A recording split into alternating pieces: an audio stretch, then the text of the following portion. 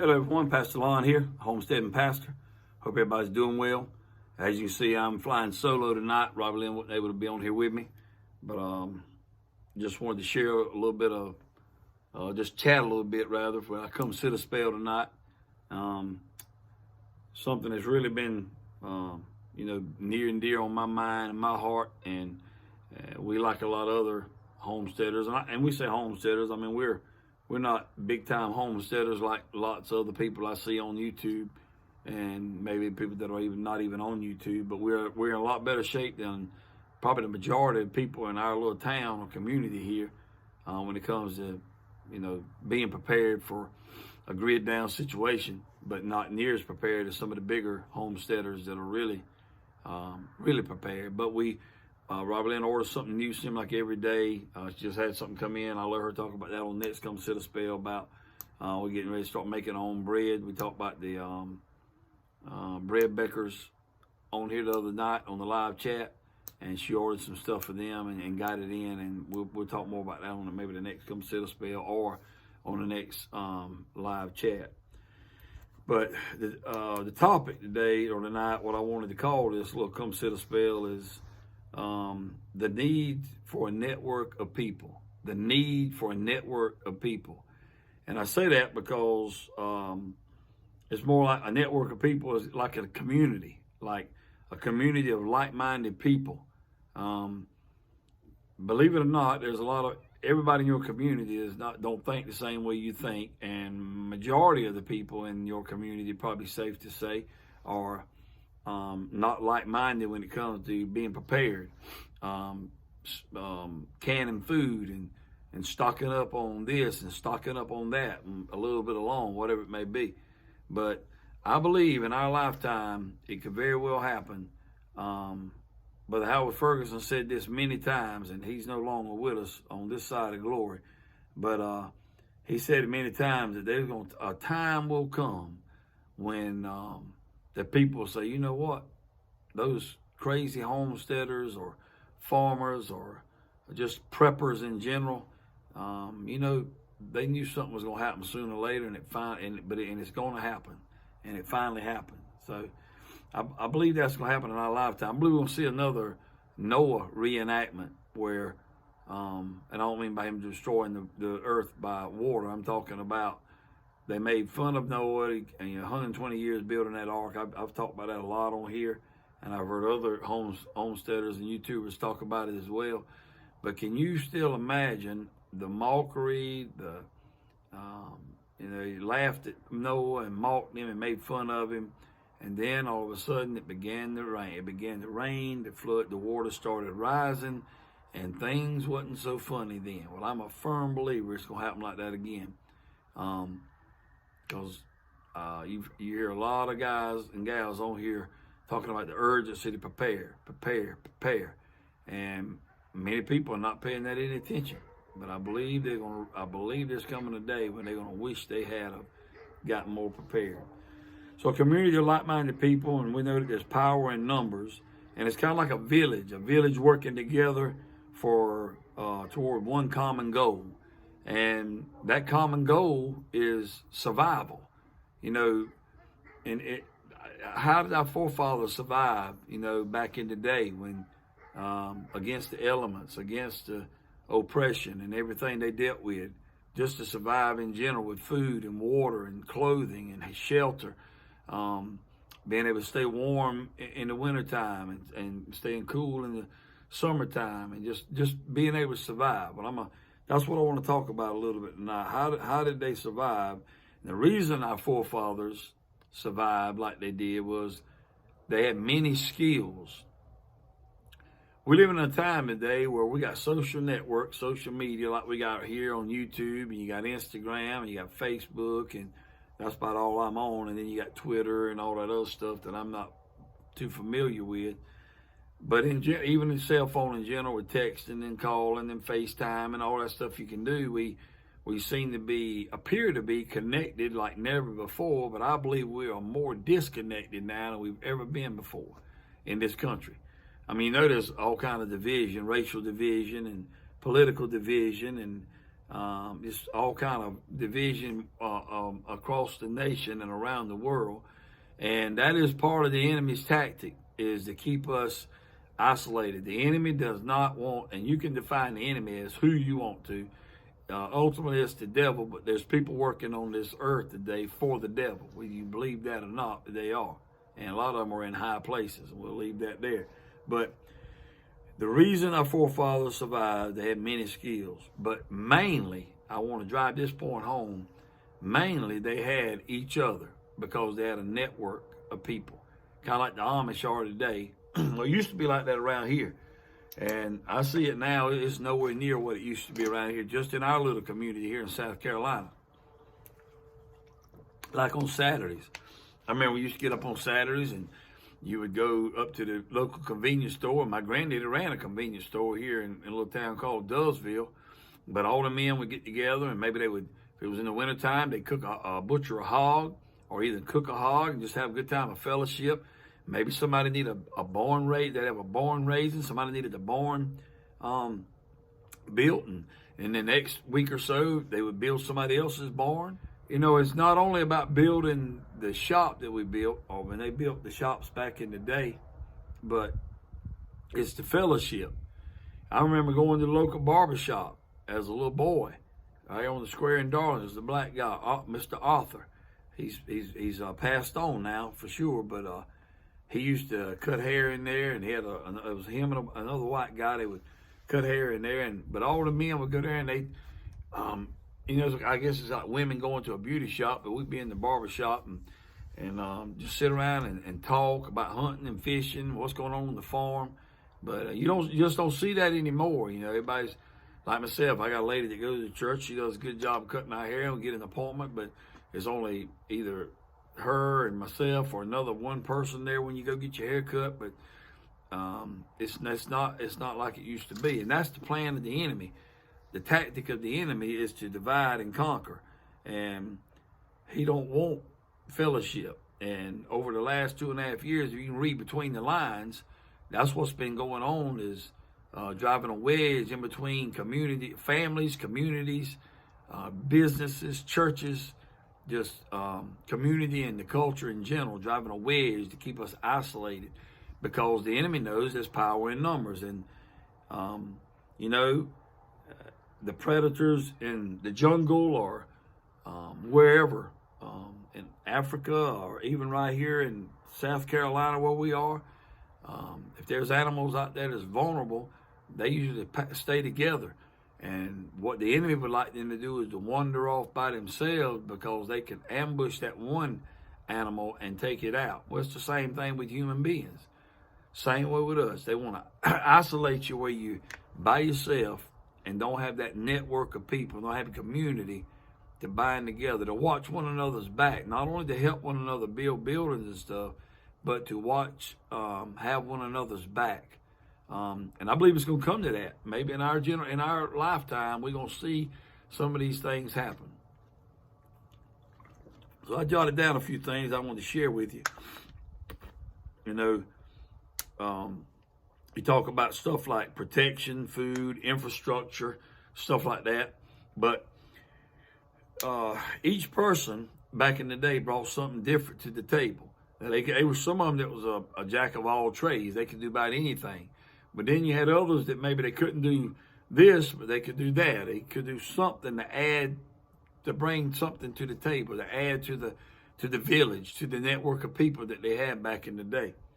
So some of the things I've written down here was, you know, like if you had the farmer or the homestead mentality, you know, for our gardeners to be able to plant the garden, farmers to be able to work on the equipment, and it's depending on how far back in time you want to go. You want to go back, you know, when there were tractors, or you want to go back when there were just mules and plows, before cars. I'm just saying in general, our forefathers, however, whatever generation you want to go back and look at, the bottom line is they all stuck together.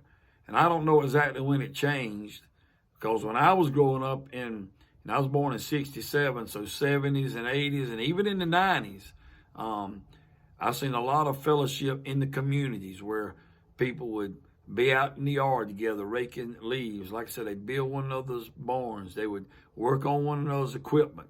And it was more than just the task at hand. It was the fellowship they had with one another, the network, the communication, knowing what was going on in one another's life. Not maybe everything personally, but in general, what was going on. People knew one another's children. They played ball together. They went to church together. They worked together and things like that. But that is totally changed in the culture we're in today. I mean, just like here on the homestead, I work a full-time job, and when I come home in the evenings, it's feeding up time and taking care of our animals, whatever chores we have to do around the house, and then just whatever needs. But what I'm saying is all right here. You don't hardly go out and fellowship with other people. Everybody's so busy. The devil's got everybody so busy. But that is one thing that's wrong in the culture, in the country, and around the world, is the lack of fellowship, and we don't have a network of people. You got this little group's isolated, that little group's isolated, and they try. If you read between the lines of what I'm trying to say, they dividing us more and more right now with what's going on in this country. They're dividing us more and more, and that's for a reason.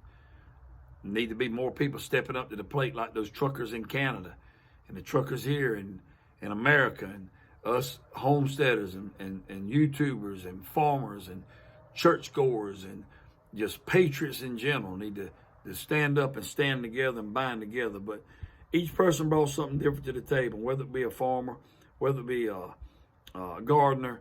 But then you had things also, men and women that had different tasks, like carpenters. They helped build the buildings. You had blacksmiths that would take care of shoeing the horses and whatever else a blacksmith had to take care of back in the day.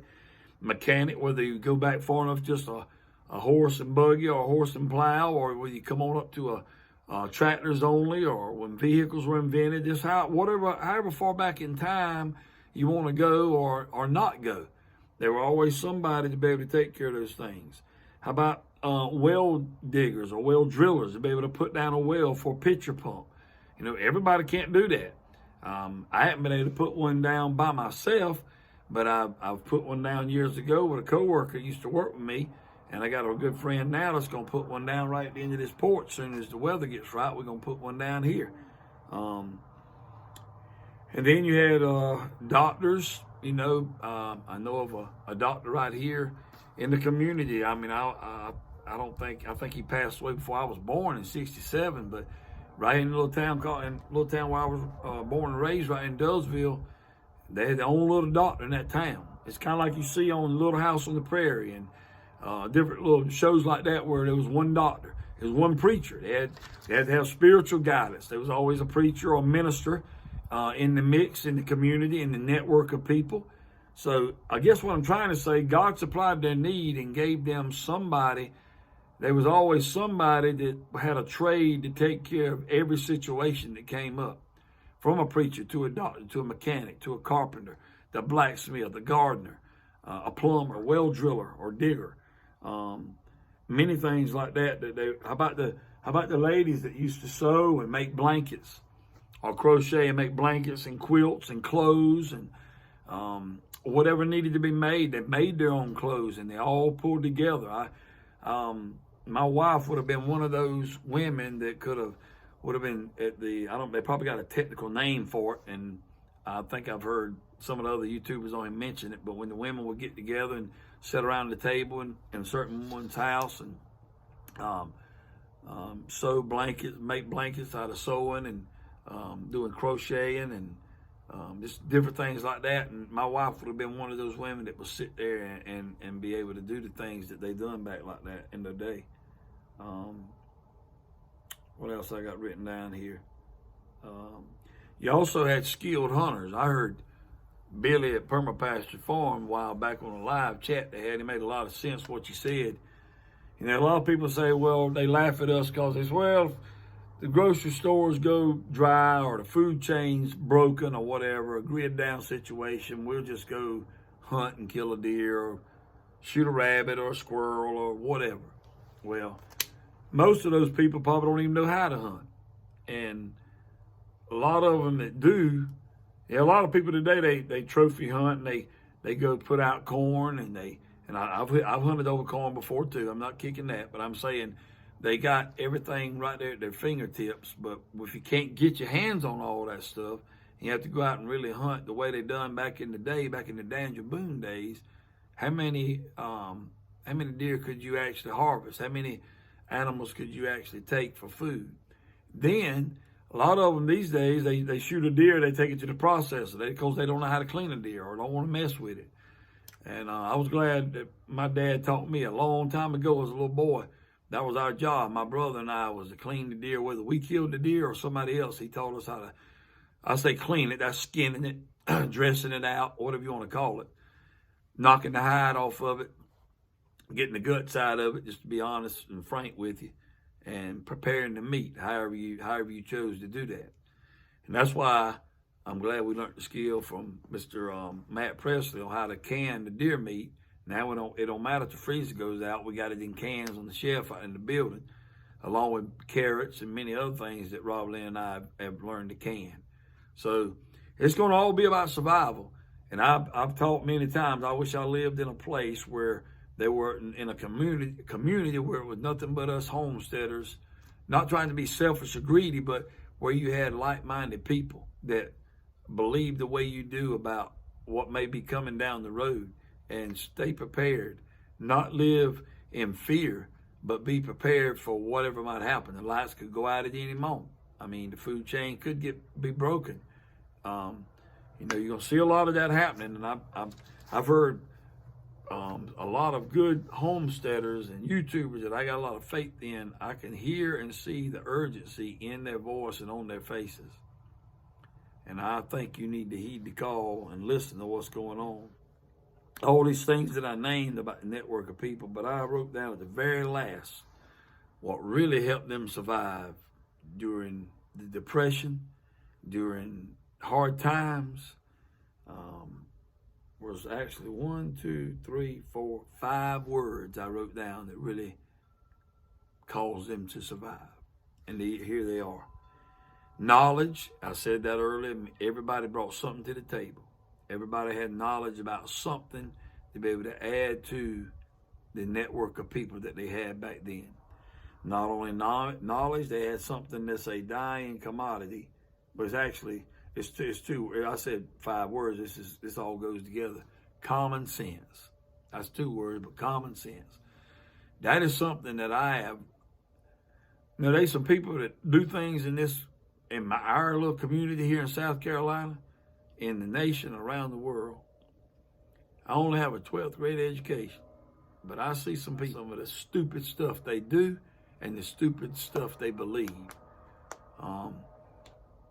Some of the things they say, like I've heard of a man, a blue-collar, supposed to be blue-collar man that would actually say, if they come to take my firearms from me, they said, what you gonna do if they come to take your firearm? I guess I'll just give them to them. Wrong answer. Wrong answer. Knowledge, common sense.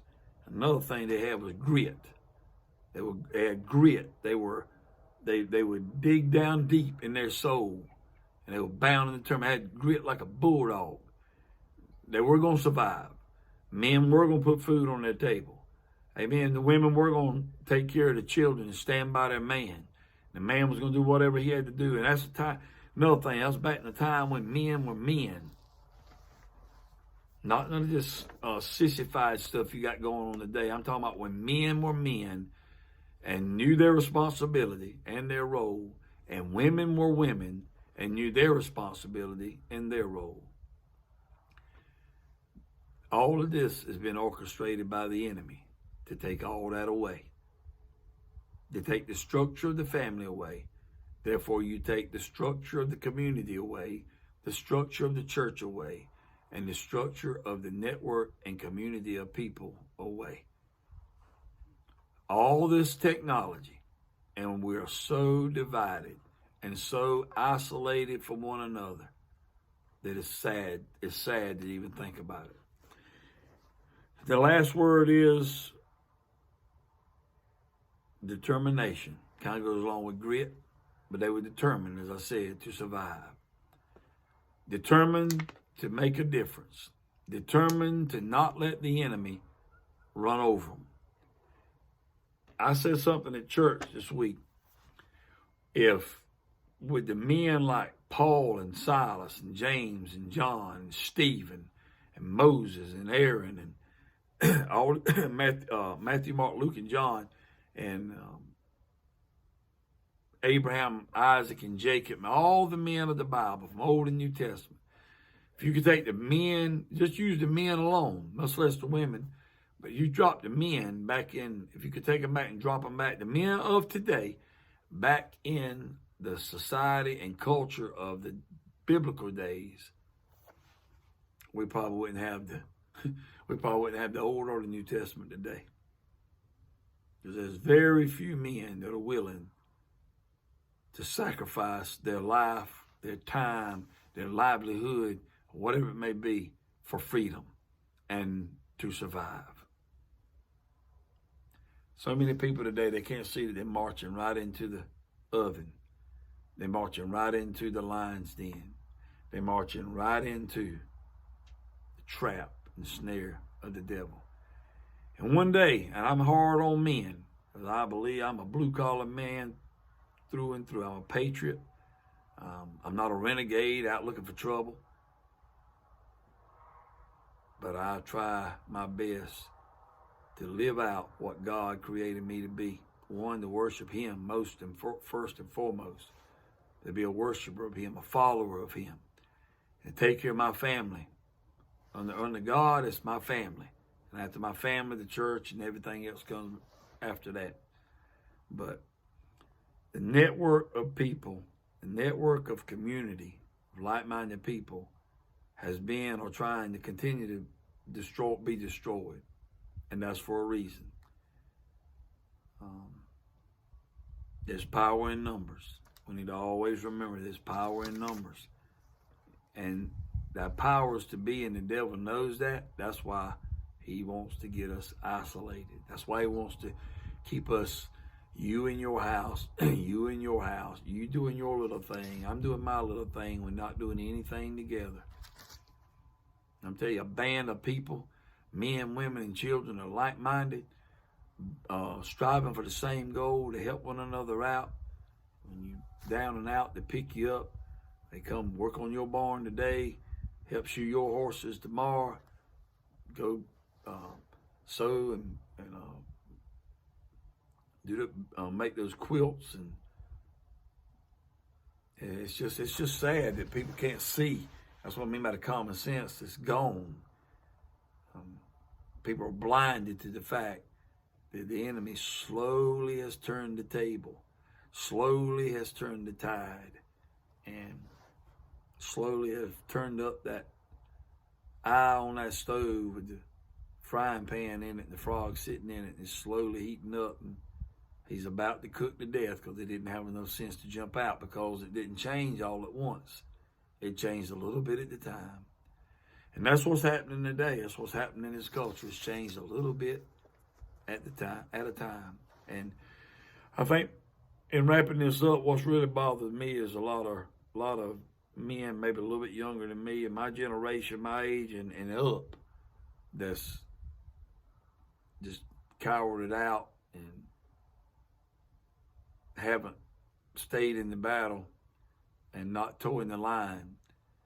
And then when somebody does step up to the plate and toe the line and stay in the battle, then they look at you and I like the bad guy or the bad gal. I don't know how much longer it go on, but I really feel like there's some big things over the horizon. I'm no prophet. I'm just telling you what I feel. I don't know, but I do know this. It's better to be prepared and nothing happen than to not be prepared and something happen. I wish all the men, especially men and women too, would stop and think, what are you going to tell your children when there's no food to put in their mouth? And I'm not trying to scare you. I'm telling you, this could be a reality, and it could be very soon. What are you going to tell your children? It's like here, you know, was been getting a little bit of snow and ice here the last couple of weeks, month. The power go out. They're looking to me. Don't we have a generator? Can I go out in the truck and charge my phone? And then a network of people. That's some of the. I hate it because you don't get to get on YouTube and make videos when the power goes out or whatever. If everything's down, but when the times that the powers went out, that's when we've had some of our best quality family time together. They ain't had nothing else to do. They come in and talk about stuff. You get closer together. There's that network of people in your family. That's another thing.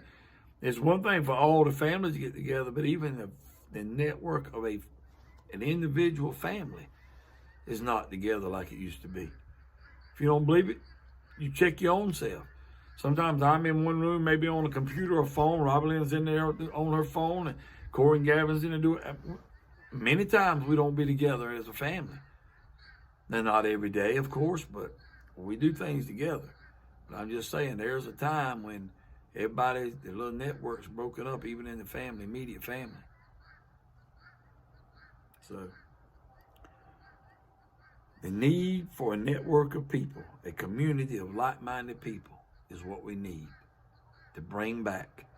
That's why I've made mention of moving to Western North Carolina or Eastern Tennessee. I love to live somewhere where there's more like-minded people, because there's not as many homesteaders around here in South Carolina where I live as there are in a lot of other places. And I'll just be honest with you, I don't like that because of what I feel like is down the road and some of the signs I've seen of what's coming down the road. I wish I lived in a village of like-minded people that had one another's back and believed the same way. And the ultimate goal was to survive, no matter what comes or what goes. So, hope you enjoyed this tonight. Leave me some comments below.